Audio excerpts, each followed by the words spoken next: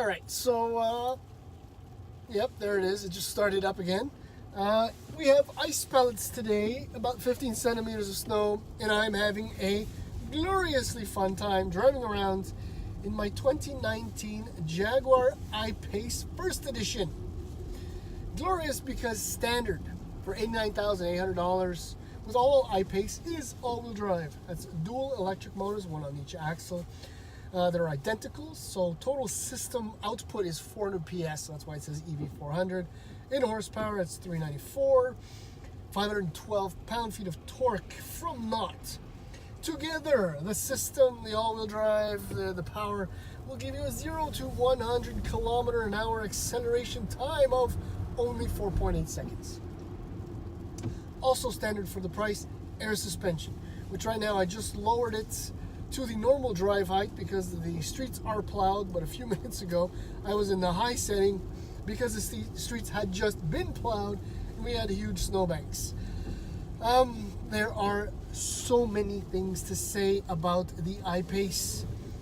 A little bit of slippage. I'm not even exaggerating anything. It's really slippery outside. I'm having a really good time. Unfortunately, you can't turn the ESP off completely. What are you gonna do? Okay, so the I-Pace drives like your regular EV, like a Model X, if you will, is best comparison to 75. It's a lot cheaper though. I think base Model X 75 is probably about 5 to 10 grand more. I should have checked that before I did the video. The performance is really, really good. You can't complain. What you will maybe complain about it depends on how much driving you're doing, and that's the range. I am charging this at home on my domestic cord charger with the charger provided with the car. Even up to 36 hours on a charge from about 70%. I never got to 100%, maybe 96, 97. It has been cold-ish, minus 12, and I do say ish because it was a lot colder a few weeks ago. Again, depending on the driving conditions, best indicated range I got was about 274. When I left earlier, a lot of wheel spin, semi-cold. I had about 240 something.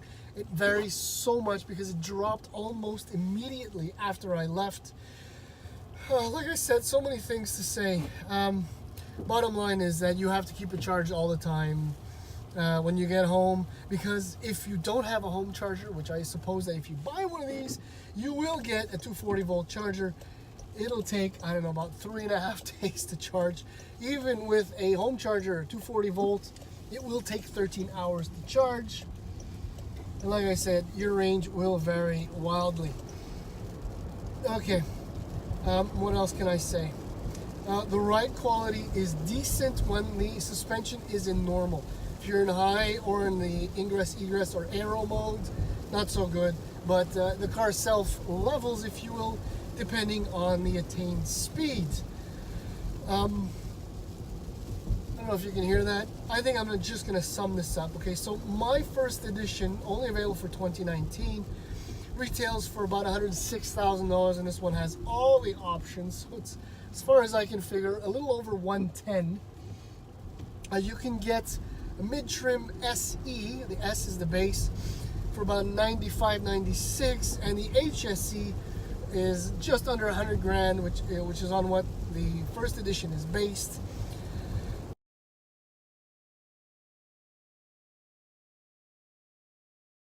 Okay, so the interface, the layout of the dashboard is absolutely beautiful. We have a 12.3 inch screen up here. Display is gorgeous. The graphics are dead sexy. This is a 10 inch screen, beautiful. You have a third screen down here because more is never enough. 5.5 inch screen, I believe. The issue with these screens is that most of the controls are touch sensitive. Many of them are a little bit slow to react, and you really have to pay attention to what you're selecting in order to get it done. Now, I just selected seats. If I want to control, let's just say, the heated seat on the driver's side or whatever, anyhow, there's a real long sequence. It's actually long to explain, so imagine using it. And if you want to skip certain functions, for example, the seats again, you just have to push down, actually no, pull up on one of the temperature wheels, and then you can play. Actually, I selected fan by accident. So you push down. This is giving you an idea, and I almost missed the stop sign.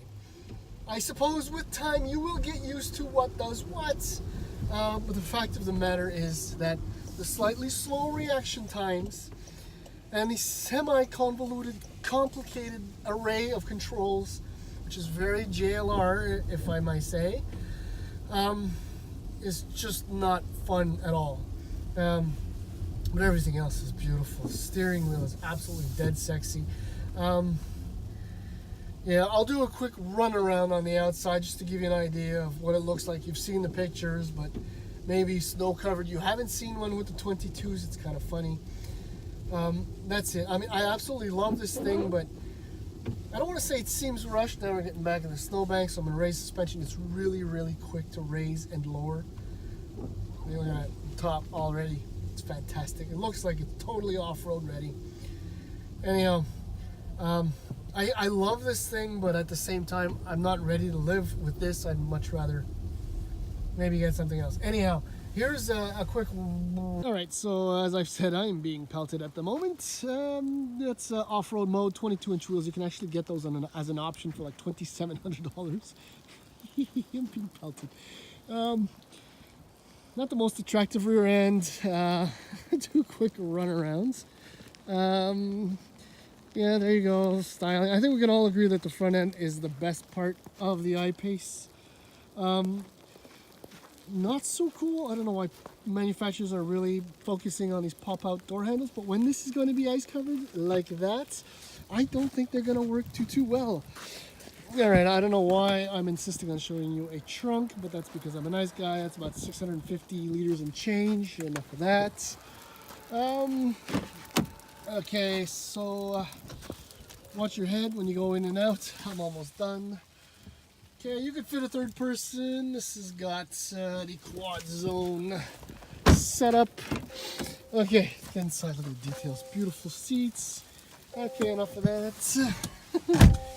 Okay, here are the gauges that I was telling you about. This is a 12.3 inch instrument panel. The graphics are insane. That's beautiful. That's a 10. That's the 5-inch one. This is kind of like what I was saying about push-pull for the heated seats. If you want to cool, if you want to go to fan, there you go. I don't know. It's kind of annoying. This is the heated windshield, which I don't know why some people wouldn't want that. I've had a problem with the defrosting the thing. It won't stay on. I mean, the windows get frosted a lot. There's your suspension settings, your drive modes. This thing is fully equipped. Heated steering wheel, thank you. Lane warning. The battery safety features is complete as well. Anyhow, I don't know why I'm going back outside, but just so you can get a final shot of it before I trip and go. Yeah,